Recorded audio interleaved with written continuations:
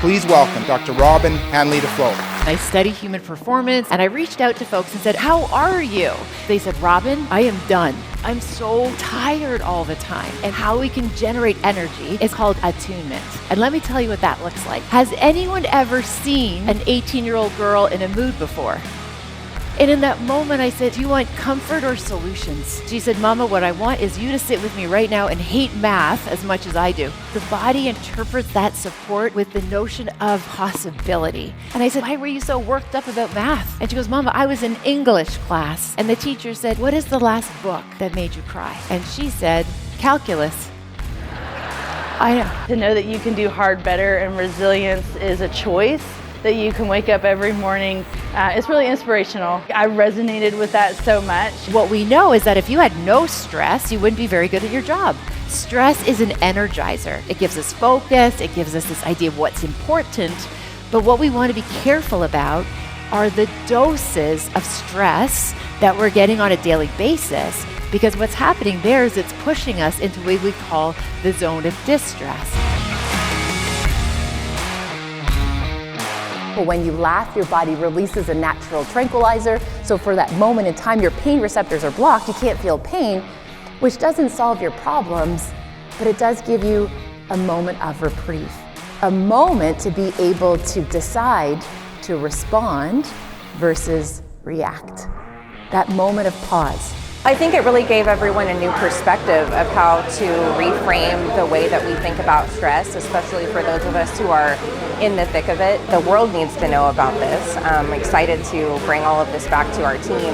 Now, burnout is so real, and one of the things that we learned about burnout that's so significant in the last wee while is burnout is the curse of the strong.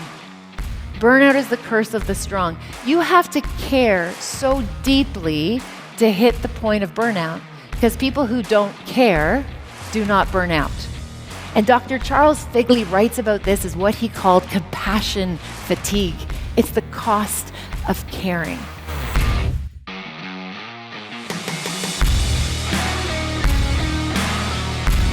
Now, another interesting research finding, and I do get a wee bit nervous because this is what I get referenced for the most. Imagine 20 years worth of work, and this is the one line that people like to talk about, even to the point when we shared it on social media.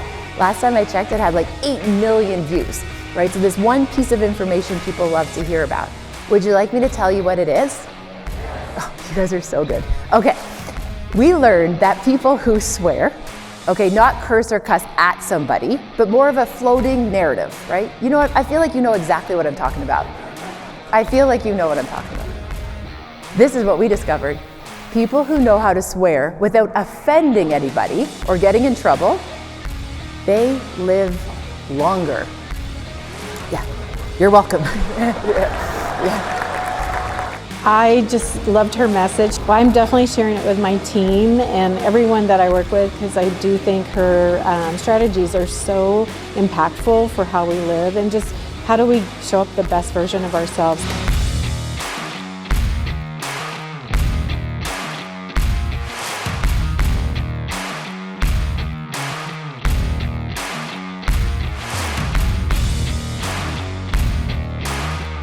I can do hard things. My hope for each and every one of you is that you can trust that you can do hard things, because life is going to show you hard things, and the natural human condition is to avoid it. It's to go around it, to try and find a hack or a workaround.